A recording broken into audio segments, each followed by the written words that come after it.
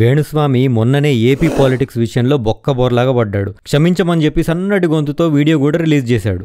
ఇక నేను జాతకాలు చెప్పను అని చెప్పి ప్రకటించాడు. అట్లా అన్నమాట ప్రకారము ఈ సెలబ్రిటీలు పొలిటీషియన్స్ జాతకాలకు దూరంగా ఉంటాడేమో అని చెప్పి అందరూ అనుకున్నారు. కానీ కుక్కతో ఒక వంకర అంటారు కదా, అట్లా మళ్ళీ ఈ వేణుస్వామి తన బుద్ధి అయితే ప్రూవ్ చేసుకున్నాడు. అంతే కదా, కుక్కతోక ఎంత స్ట్రైట్ చేయడానికి ట్రై చేసినా గానీ పాసిబుల్ అవ్వదు. ఇప్పుడు వేణుస్వామిది కూడా ఇట్లనే ఉంది కథ.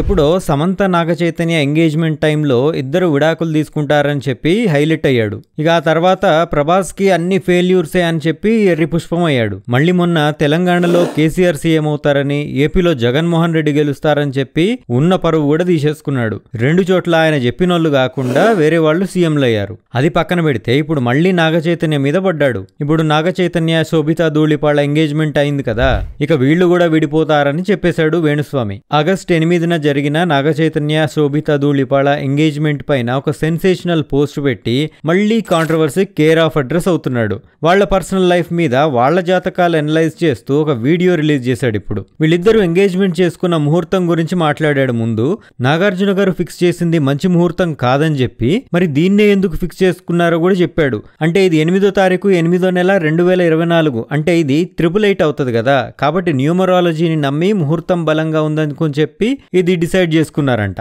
అది వాళ్ళు డిసైడ్ చేసుకున్నారని ఈయన డిసైడ్ చేశాడు. ఇక్కడ ఈ రోజు నాగార్జున గారు పెట్టినటువంటి ముహూర్తాన్ని బట్టి 888 అనేటువంటి ముహూర్తాన్ని వాళ్ళు నిర్వహించుకోవడం జరిగింది. 888 అంటే వీళ్ళు చేసింది ఏంటంటే ఇవాళ 8వ తారీఖు 8వ నెల 2024 టోటల్ 8 అంటే మొత్తం 8 వచ్చింది. దీన్ని 888 అంటారు. ఇది సంఖ్యాశాస్త్ర పరంగా వాళ్ళు యాక్సెప్ట్ చేసినారు.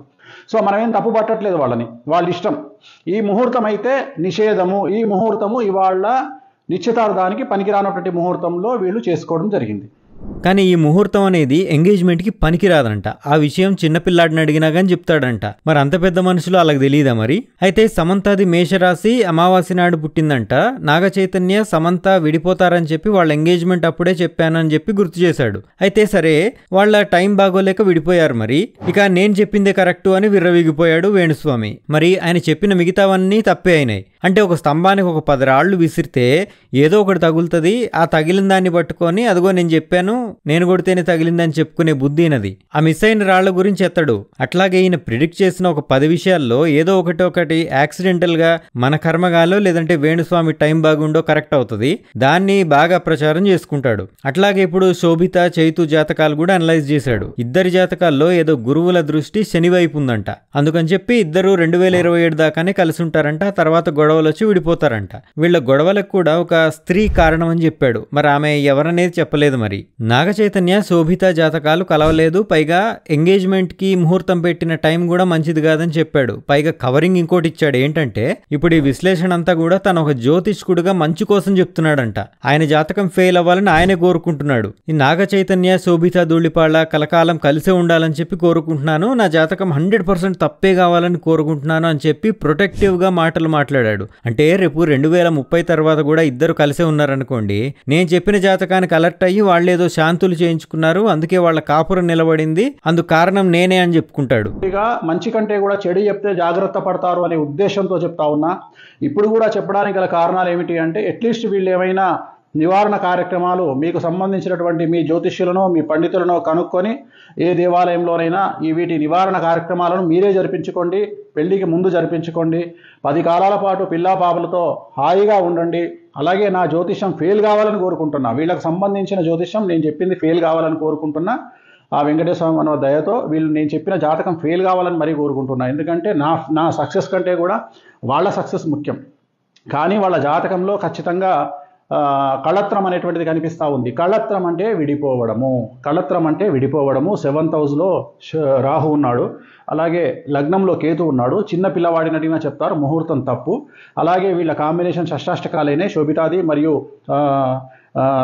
నాగచైతన్యది. చూసారా ఎంత కిలాడి మైండ్ అయినది. పైగా సమంత నాగచైతన్య జాతకానికి 50% మార్కులు వేసాడు, కానీ శోభిత చైతన్యకి మాత్రం 10 మార్కులు కూడా వేయడంట. సపోజ్ మీరు అడిగారు అనుకోండి, గురుగారు మీరు మీకు తెలిసి ఎన్ని మార్కులు వేస్తారండి ఒకవేళ నాగచైతన్యకు సమంత కాంబినేషను ప్లస్ నాగచైతన్య శోభిత ధూళిపాళ కాంబినేషన్ అని మీరు అడిగితే నేను క్లియర్గా చెప్తున్నా, చైతన్య సమంత 100కి కనీసం ఒక 50 మార్కులు వేయచ్చు. చైతన్య, శోభిత 100కి 10 మార్కులు కూడా వేయలేను. అలాగే సమంత జాతకం 100% బాగుంది ఇండస్ట్రీ పరంగా తీసుకుంటే. అలాగే శోభిత జాతకం తీసుకుంటే 20% బాగుంది కెరియర్ పరంగా నేను చెప్పేది.